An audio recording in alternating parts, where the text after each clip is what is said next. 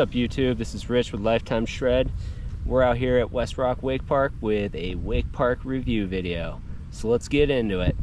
So the specs. So Westrock, it's a 5-tower park. It runs counterclockwise, so it does favor those goofy riders if you're more beginner. And it's about 1:06 on the lap. So getting out here, you're going to see the setup for late August 2022. It might be different when you go there because they do switch it up a lot. I think they typically do have these kickers right off the bat, which I always like to see. Quick walk back to the dock if you're learning some kicker tricks. They've also got, a feature on the left and a feature on the right. So lots of lines, lots of flow through the park, lots of variety too. We've got like a swoop on the left, which is a little more unique, where the rooftop on the right or the up-down box is a little bit more classic.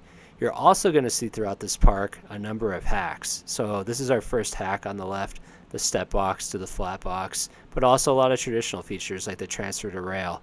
And a lot of these could be hit multiple ways. You could transfer that, or if you're more beginner, you could just ride along the side. You can even kind of gap it. It's pretty fun. And getting into the back here, so there's kind of like the back two parts of the 5-sided pentagon. Got some rails. I really love the quarter pipe feature here, the up rail to the quarter pipe. Just fun to land on those, but still some good beginner features too, like the ride on mini rooftop or up down box. So there is options for everyone here. I would say in general, I feel like Westrock's features favor the intermediate to advanced rider, but there really is something here for everybody. So getting into the back here, so this would be like the furthest from the starting point. Got a couple different rail and box features. The banana, always love seeing a big pipe. Those are fun, especially popping on from the side there. Around the corner up here, though, we get to see some of the most unique features in the park. This is kind of the final stretch here. So we've got a hack on the left, and classic small rainbow box on the right. And then on the left here, one of the features they're famous for, the Gravitron. This thing's pretty cool. It's almost like hitting like a tabletop. You land on the down of it. It's very smooth. And then this multi-hack was probably the most advanced feature in the park when I was there. So all in all, that's a preview of the setup. And again, this was late August 2022. It might look totally different when you get there because Westrock is probably one of the most progressive parks when it comes to switching it up. But with all that said, let's jump over to a standalone edit I made with me and my friends. I also have this edit as a separate video, and I'll link that above if that's what you're looking for here. So let's get into it.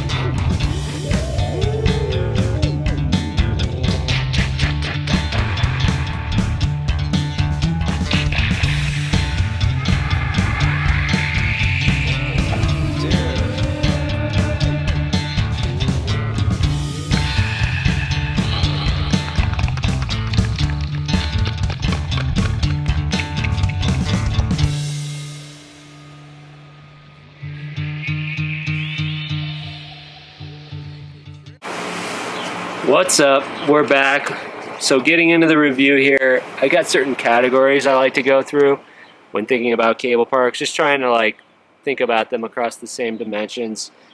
So I'm going to talk about features, the cable, the lake itself, the overall vibe, the location, the amenities, and then just some other notes, and then we'll wrap it up at the end with my overall good, better, best rating. So getting into Westrock, the features. So if you're aware of Westrock at all, you know they've got some awesome features. So riding here, you're going to be riding on like unit, I think it's all unit features, but you know, professional grade quality features and a large amount of variety.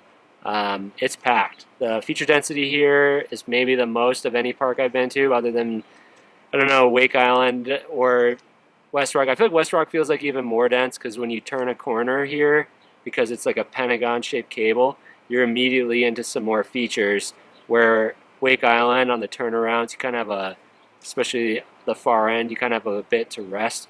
Like this just feels like super action-packed, super feature-dense.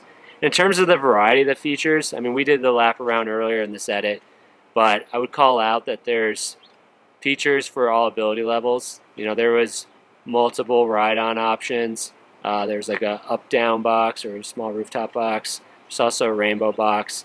Even the Gravitron, which looks huge, is ride-on, and as long as you have your angle and speed right, it's pretty mellow overall, especially if you don't pop. So, you know, thinking about features for Westrock, really awesome here, world class, one of the best parks in the US for sure. Getting into the cable. So I mentioned this just a second ago, but Westrock's kind of unique in that it's a 5-tower cable, but it's a pentagon shape. So there are a lot of other cable parks that are 5 towers, but they typically follow more of an oval shape, where there's 2 towers on one end and 3 towers on the other end, with long stretches on the sides of the oval that are typically where the features are. So since this is a pentagon shape and it doesn't have the towers compacted like that, for a 5-tower cable, it actually has like pretty smooth corners overall. Now, all that said, a 6-tower cable is probably going to be the smoothest. And in addition to the 5-tower cable at Westrock, they do have multiple System 2.0s set up. And I think a good call out here is if you're a true beginner, especially if you're regular footed, I would definitely, if you go to Westrock, utilize the 2.0s first and get comfy there before you go to the full-size cable. Because seeing that this is a 5-tower and it is also counterclockwise, it can be difficult for beginner regular footers to get around the corners here, especially I'd say the last corner being the harshest of them. But yeah, overall the cable's really good quality, pole's really solid, you know, everything you would expect from a high quality full system cable park. Next, getting into the lake. So Westrock's pretty unique in that it exists on, I think it's like a man-made lake, or it used to be a marshland or something, but they've had this lake there for around 100 years. And the lake isn't very deep. So when you look in the lake, like you're not going to be able to see the bottom or anything. And it's only about waist deep in a lot of places. Some places it can be, you know, fully deep enough where you can't touch the bottom, but the bottom is very silty. So I think the dirt gets like stirred up a little bit, which is why you can't see through. But all that said, the water felt pretty clean. Like I didn't feel itchy or anything weird being, you know, in that water a bunch. I'd also say within this lake, like some lakes, you know, down south at some of the southern cable parks, like at least for me, I'm always a little afraid of like snakes or maybe a gator or something. Didn't really have any fears of that here, seeing that it's more northern. I'd also say with the lake too, Westrock did a good job of setting up docks that go around the lake.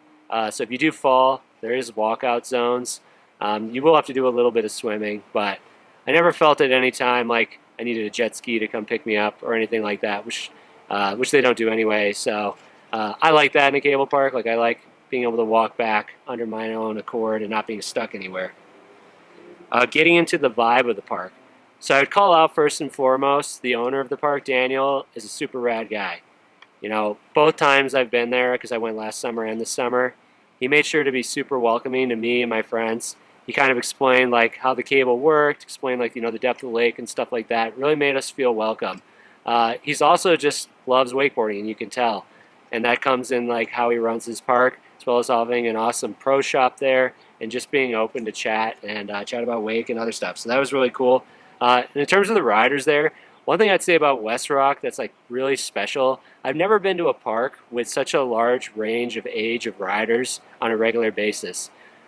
Being there last summer and this summer, I recognized a bunch of the people. Some of those people were teenagers. Some of them were 50, 60 years old. Super rad to see that. Like, I can tell there's a real community around Westrock in Rockford. And it's, you know, a mix of ages and abilities. And I like to see that. In terms of location, I just mentioned Rockford, Illinois is the location of Westrock Wakepark. So Rockford, it's about an hour and a half from Chicago. It is a real city, though. You can fly into Rockford. For me and my friends, we flew into Midway in Chicago because it was a lot cheaper. But even getting from Midway to Rockford, I think the drive was like an hour and a half, 2 hours. Pretty mellow, all highway. There's plenty of gas stations and food along the way. So I thought it was pretty mellow. I would fly into Chicago if it were me just to save the money. And you're going to have to rent, you know, either airport you're going to need a rental car and stuff anyway. So what's the extra flight time, especially if you're flying direct in Chicago, which would be harder to pull off with Rockford. I will say with the location in Rockford itself, it's an interesting city such that you can tell maybe it's fallen under some hard economic times in the past, but seems to maybe be on the rebound. We had an awesome time eating at Prairie Brewing down on the river. Super cool, you know, scenes right on the river. The food was good. So yeah, there's some great restaurants and stuff to check out as well. In terms of the cable park itself, it is located in like a park, so there's some nice, well-maintained park areas around. But it's not really close to like any restaurants or things like that. So I did see some people were like Grubhubbing or DoorDashing in some food, and so you do have that option. But you're not going to be at a spot where you can just like drive across the street to Chipotle or whatever you're looking for, like maybe at some cable parks. But really, all in all, a great location. In terms of amenities, so it's awesome to see at Westrock. They do have a full pro shop on site. So if you need any new gear, they've got awesome gear from some of the best brands like Slingshot, Hyperlite, Ronix, etc. They've also got demo boards, some high-end demos, and they've got some snacks and drinks and stuff like that. So for your immediate needs, the amenities are really nice. And then right in front of the cable, there's two big storage containers. One's got seats and lockers, and the other one's got all the normal rental gear in it. And speaking of rental gear, I thought it was pretty awesome to see they have Slingshot rental gear, you know, modern Slingshot rental gear, which is really cool because most parks have Liquid Force, and I'm a big fan of Slingshot for cable, so love seeing that. In terms of, you know, anything else, I would just say overall, like, Westrock's a great park. It's got everything you need. If you are a total beginner, definitely start on the 2.0. But once you're ready to hit features, like there is features of all types in the cable park itself. They do have a really awesome amount of like hacks and like general flow in the cable. And it's something where they really excel, I think, over most other cable parks, is that you could go there this summer and go back next summer and it'll be a totally different setup.